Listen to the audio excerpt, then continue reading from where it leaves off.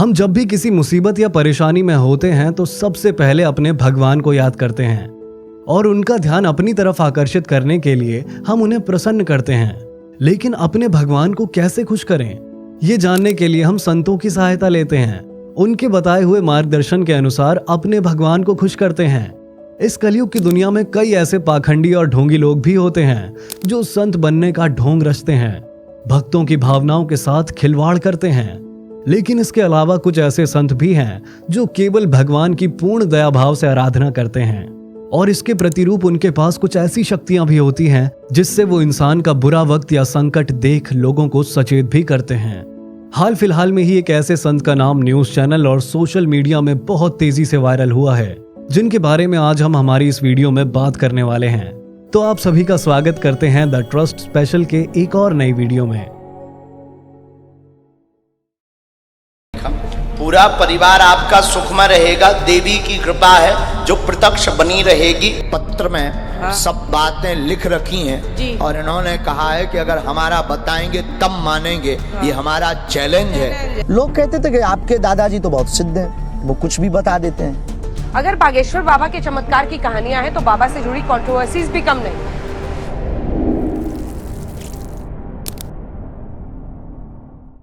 हम बात कर रहे हैं उस संत की जिसका नाम आजकल काफी चर्चा में है। वो संत है धीरेंद्र शास्त्री, जिन्हें आप भागेश्वर धाम के नाम से भी जानते हैं। धीरेंद्र शास्त्री कौन है, क्या है भागेश्वर धाम की सच्चाई, इन सभी सवालों के जवाब आपको इस वीडियो में मिलेंगे।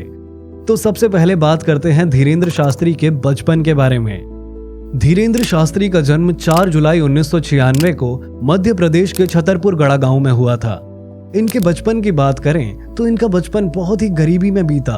धीरेंद्र शास्त्री अपने दादा से बहुत प्रेम करते थे, वो अपने दादा को अपना गुरु मानते थे। धीरेंद्र शास्त्री के दादाजी बहुत सिद्ध पुरुष थे। वो हर मंगलवार और शनिवार भागेश्वर धाम में दरबार लगाया करते और उस समय से ही लोग दरबार में अपनी अर्जी लेके आ रहे हैं। धीरेंद्र शास्त्री के पिताजी राम कृपाल गर्ग गांव में सत्यनारायण की कथा सुनाया करते थे और उनकी माताजी सरोज शास्त्री गाय का दूध बेच के घर चलाया करती थी। धीरेंद्र शास्त्री जब छोटे थे तब वो अपने पिता के साथ कथा वाचा सुनाया करते। इनका ज्यादा लगाव अपने दादाजी से था, जिनसे इन्होंने रामायण और भगवत गीता जैसे अन्य धर्म ग्रंथों का ज्ञान लिया। इनकी घर की आर्थिक स्थिति ठीक नहीं थी, जिसके कारण इनको अपनी शिक्षा पूरी करने में भी काफी परेशानी आई। लेकिन फिर भी इन्होंने हार नहीं मानी और अपनी शिक्षा पूरी की। वैसे ज्यादातर लोगों को ये बात पता नहीं है कि धीरेंद्र शास्त्री ग्रेजुएट हैं। इन्होंने बैचलर्स ऑफ आर्ट्स में अपनी ग्रेजुएशन की पढ़ाई पूरी की है। धीरेंद्र शास्त्री जी को हिंदी, संस्कृत और बुंदेली भाषा का अच्छा ज्ञान है।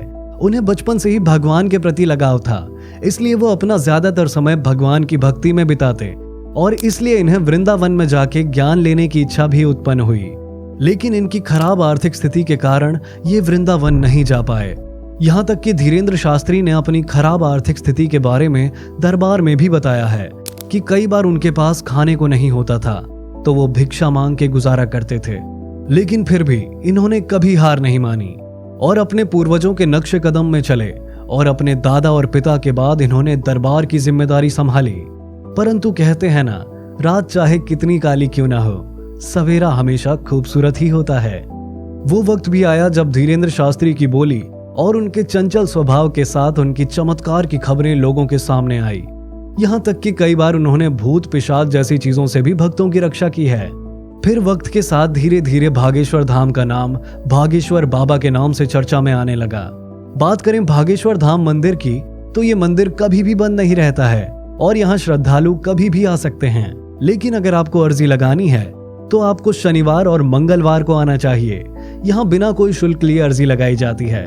लेकिन ध्यान रहे, इन 2 दिनों में भक्तों की इतनी भीड़ आती है कि कई भक्त बिना अर्जी लगाए ही लौट जाते हैं। हम अगर बात करें धीरेंद्र शास्त्री पे लगे आरोपों की तो आप सब तो जानते ही हैं कि जहां नाम होता है वहां बदनामी तो होती ही है। धीरेंद्र शास्त्री के स्वभाव के कारण उन पे कई आरोप लगे। यही नहीं, कई लोगों ने उन्हें न्यूज चैनल के माध्यम से उन्हें चैलेंज भी किया। साथ ही कई लोगों ने उनके चमत्कार, उनकी सिद्धि का भी मजाक उड़ाया और यहाँ तक कह दिया कि वो ढोंगी हैं। वैसे लोगों का ऐसा मानना गलत भी नहीं था। आखिर ऐसे कैसे हो सकता है कि कोई आपके मन की बात पर्चे पे लिख दे, वो भी आपको बिना जाने। तो ऐसे में विश्वास करना मुश्किल है और 26 वर्ष की उम्र में ऐसा ज्ञान प्राप्त करना नामुमकिन है। ये खबर जब मीडिया में आई तो हाहाकार मच गया। हर न्यूज चैनल धीरेंद्र शास्त्री को गलत साबित करने में लग गया। कई बार उनके कट्टर हिंदू स्वभाव की वजह से उन पे सवाल खड़े हुए हैं, लेकिन उन्होंने बिना डरे हर सवाल का जवाब दिया।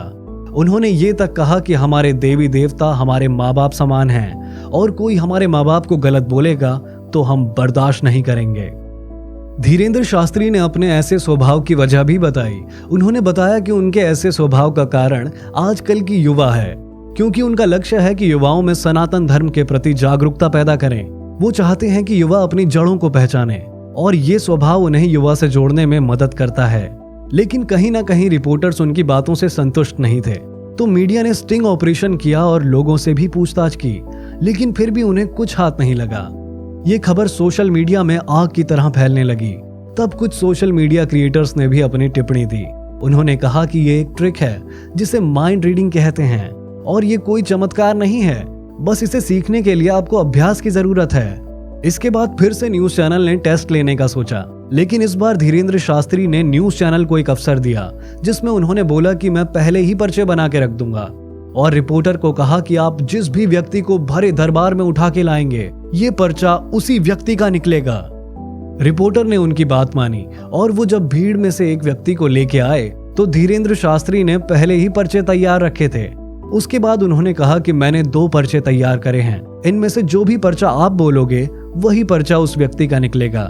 जिसके बाद रिपोर्टर ने उसकी बात मानी और जब वो पर्चा पढ़ा तो सबके होश उड़ गए। वो पर्चा उसी व्यक्ति का निकला जिसको रिपोर्टर ने चुना था और जो भी प्रश्न उस व्यक्ति के मन में थे वही प्रश्न पर्चे में भी लिखे थे। कुछ समय बाद लोगों की संतुष्टि के लिए उनकी पुलिस से जांच भी कराई और उस जांच में भी धीरेंद्र शास्त्री को क्लीन चिट मिल गया। दोस्तों, हमें तो पूरा भरोसा है अपने देश की पुलिस प्रशासन पर, लेकिन आप लोगों का इस बारे में क्या मानना है? क्या धीरेंद्र शास्त्री हम सबको उल्लू बना रहे हैं या सच में बालाजी महाराज की उन पे कृपा है?